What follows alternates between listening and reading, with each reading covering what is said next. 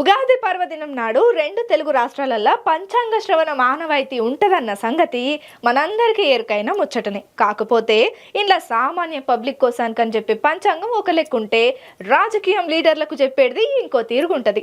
అయితే నిన్న రెండు తెలుగు రాష్ట్రాలలో అయిన పంచాంగ శ్రవణంలల్లా అన్ని పార్టీల జాతకాలు అద్భుతంగా ఉన్నాయని అన్ని పార్టీల పంతులు చెప్పిన మాట.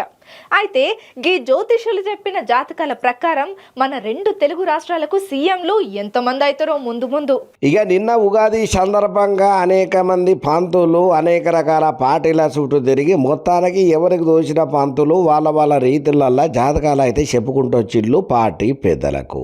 ఇక ఇంట్లో ఎవరెవరి జాతకాలు ఎట్లున్నాయ్యా అనంటే మొట్టమొదలు మనం తెలంగాణ ప్రభుత్వం జోలికి వద్దాం. ఇక తెలంగాణ ప్రభుత్వం రాష్ట్ర రాజకీయాలల్లో చాలా సంచలనమైన మార్పులనే తీసుకొత్తదట. రాష్ట్ర రాజకీయాలను రేవంత్ రెడ్డి సారు సమర్థవంతంగా నిర్వహణ చేస్తాడట. ఇక రేవంత్ రెడ్డి సారు నేతృత్వంలో కాంగ్రెస్ ప్రభుత్వం కాంగ్రెస్ పార్టీ పడుకుంటా లేచుకుంటా కింద మీద తనకలాడుకుంటా ఒక మోస్తారుగా మంచిగానే నడుస్తుంది అని అనిపిస్తున్నదట.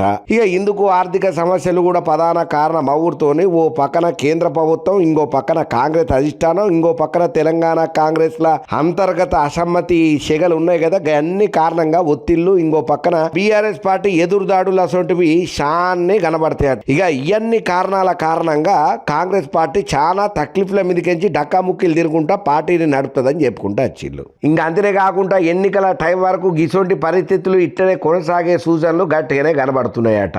కాకపోతే ఇప్పట్లో కాంగ్రెస్ పరిస్థితి మెరుగుపడేతందుకు దోహదపడే పరిణామాలు ఏమాత్రం సందు లేదట. ఒకవేళ కేసీఆర్ కేటీఆర్లను ఏదైనా కేసుల ఇరికిచ్చి అరెస్ట్ చేసి జైలుకు పంపితే సీఎం రేవంత్ రెడ్డి కాంగ్రెస్ గ్రాఫ్ పెరగచ్చు లేదా తరగచ్చు. ఇక పోతే బీఆర్ఎస్ పార్టీ పరిస్థితి కూడా అంతంత మాత్రంగానే కనబడుతున్నదట.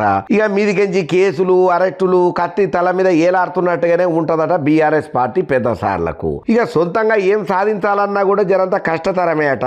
అందుకని కేంద్రంతో సఖ్యత గురుచుకునే తందుకు ప్రయత్నాలు ఫలిస్తే క్రమంగా తెలంగాణ రాజకీయాలలో చిన్న మార్పులు మొదలయ్యి అవకాశాలు అందిపుచ్చుకొని వాళ్ళ పనిని వాళ్ళు చేసుకుంటా పోతే గనక విజయం వరించే అవకాశాలు ఉన్నాయట. కాకపోతే తెలంగాణలో బీజేపీ వర్సెస్ బీఆర్ఎస్ పార్టీల మధ్యన సఖ్యత చక్కగా లేదని చెప్పాలి. ఇక అందుకనే అంత రహస్యంగా లోపకారికంగానే సాగాల్సి ఉంటదట.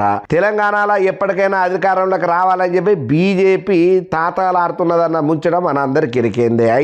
అయితే మళ్ళా కేసీఆర్ బలపడేతందుకు కానీ కేసీఆర్ పార్టీకి బలం పెంచేటట్టుకు కానీ వాళ్ళు మాత్రం బీఆర్ఎస్ పార్టీతోని కలిసి వచ్చే అవకాశాలు అయితే లేవంటున్నారు చాలా మంది.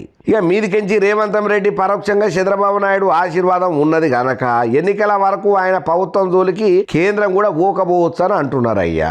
ఇక పోతే కూటమి వైసీపీల పరిస్థితి ఎట్లున్నదో ఎట్లా ఉండబోతున్నదో తెలుసుకునేందుకు ఏ పంచాంగము చూడాల్సిన పని లేదు అంటున్నారు అయ్యా. కూటమిలో ఐక్యత ఉన్నది కనుక అది చెడితే తప్ప తమ గ్రహస్థితి మారదని చెప్పి జగన్ సార్కు బాగానే తెలుసట. అందుకే పదే ప్రయత్నం చేస్తున్నాడట కూటమిని చెడగొట్టనీకే. అయితే కూటమిలో శిష్యులు రగిల్చే వరకు వైసీపీ నేతలు జగన్ ప్రయత్నం చేస్తూనే ఉంటారు. వాళ్ళు ఎంత చెదిరినా కూడా మీరు చెదరకుండా ఉంటేనే మీకు విజయం లభిస్తుందని అంటున్నారు అయ్యా. ఇక దీనికి తోడు వైసీపీ కూడా గట్టిగానే ప్రణాళికలను రచన చేస్తున్నది. అంతవరకు ఓపికగా వైసీపీ నేతలు ఎదురు చూడక తప్పదు అధికారం కోసం. కాకపోతే చంద్రాల సారు మరొకపారి ముఖ్యమంత్రి కావాలని ఆయన నాయకత్వంలో నేను పని చేయాలని కోరుకుంటున్నానని deputy CM Pawan Kalyan sir చాలా క్లియర్ కట్ గా బహిరంగ వేదికల మీదనే చెప్పిండు. అయితే వైసీపీ ప్రయత్నాలు ఇప్పట్లో ఫలించకపోవచ్చు. ఇక ఎన్డీఏలో చంద్రబాబు నాయుడు కీలకంగా ఉన్నాడన్న సంగతి ఆల్రెడీ నోటీస్ ముచ్చట్నే కనుక జగన్ కేసులను ఏకవంతం చేసేందుకు ప్రయత్నించే అవకాశం కూడా లేకపోలేదు అంటున్నాడు. ఈ కేసులల్లో కనుక కదలికలు వస్తే వైసీపీ గ్రహస్థితి ఇంకాత క్షీణించే అవకాశం లేకపోలేదు అని అంటున్నారు. ఒకవేళ ఏ కారణం చేతనైనా కేసులు ఇట్లనే నత్తనడకలు సాగుతా ఉంటే వైసీపీకి పెద్దగా ఇబ్బందులు ఉండకపోవచ్చు అనేది మాత్రం క్లియర్ కట్ గా తెలుస్తున్నాం ముచ్చట. ఇక అందుకోసానికని ఈసారి మనమే అనే పాట పాడుకుంటా జగన్ సార్ కాలక్షేపం చేసుకుంటే పర్వాలేదని అంటున్నారు. ఇక కేంద్ర రాష్ట్ర ప్రభుత్వాల సంబంధాలు మంచిగున్నాయి కాబట్టి రాష్ట్రానికి నిధులు ప్రాజెక్టులు అత్తనే ఉంటాయి. ఈ కారణంగా ఆంధ్రప్రదేశ్ రాష్ట్రం కళ్ళకు కనబడే స్థాయిలో అభివృద్ధి చెందేటట్టుగా చంద్రాల సారు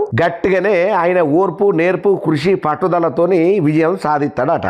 ఇక పోతే బీజేపీ కోసం పవన్ కళ్యాణ్ సారు తమిళనాడు వైపు అడుగులు ఎత్తే ఆయన పరపతి ఇంగింత పెరుగుతుంది అని అంటున్నారు. కానీ కొత్త మిత్రులతో పాటు కొత్త శత్రువులను కూడా ఆయనకైనా తయారు చేసుకున్నట్లయితది కనుక తమిళనాడు రాజకీయాలలో ఐదేళ్లలో వేలు పెట్టడం కంటే ఈ 5 ఏళ్లలో ఆంధ్రాలో జనసేన పార్టీని ఇంకింత బలోపేతం చేసుకోవడం మంచిదని, మంత్రిగా ఆయన సమర్థత నిరూపించుకోవడం మీదనే పవన్ కళ్యాణ్ ఎక్కువ దృష్టి పెడితే ఆంధ్రాలో గట్టిగానే నూకలు ఉంటాయని, తొందరపడి తమిళనాడులో ఏలు పెట్టుకుంటా ఆళ్ళ నీళ్ళని కెలుక్కుంటా పోతే లేని శత్రువులు పవన్ కళ్యాణ్ మీద దండయాత్ర చేసే అవకాశాలు ఉన్నాయి. యుద్ధం ప్రకటన చేసే దిశగా వాళ్ళు ట్వీట్ల మీద ట్వీట్లు, వైరల్ కామెంట్లతోటి గతంలో వైసీపీ ప్రభుత్వం ఎట్లయితే పవన్ కళ్యాణ్ మీద మాటల యుద్ధాలు చేసిందో ఈ పారి కూడా తమిళనాడులో ఉన్నటువంటి లీడర్లు కూడా గట్లనే ఎదురుదాడులకు దిగుతారు. తస్మాత్ జాగ్రత్త అని పవన్ కళ్యాణ్ సార్కు హెచ్చరికలను అయితే చెప్తున్నారు. ఇక ఏదేమైనా ఉగాది సందర్భంగా అందరి జాతకాలు టూకీగా మనం చెప్పుకుంటూ వచ్చినాం. ఇక సరే ఏదేమైనా మొత్తానికైతే ఉగాది పంచాంగ శ్రవణము అన్ని పార్టీల జాతకాలను గట్టిగానే చెప్పినాయి. ఎన్ని జాతకాలు చెప్పినా ఎంత శత్రుతలతో మనం మాట్లాడినా కూడా శివరాఖరికి మిగిలింది ఓటర్లు ఇచ్చే నిర్ణయం, మనం చేసిన పాలన, పబ్లిక్లలో పెంచుకున్న సింపతి, పబ్లిక్లలో ఉన్న ప్రజాదరణ. గియ్యే మనం చేసిన అభివృద్ధి పనులను కాపాడితే మనల్ని మళ్ళా అందరం మెక్కిస్తాయి అని అంటున్నారు చాలా మంది ఈ ముచ్చటిన్న తర్వాత.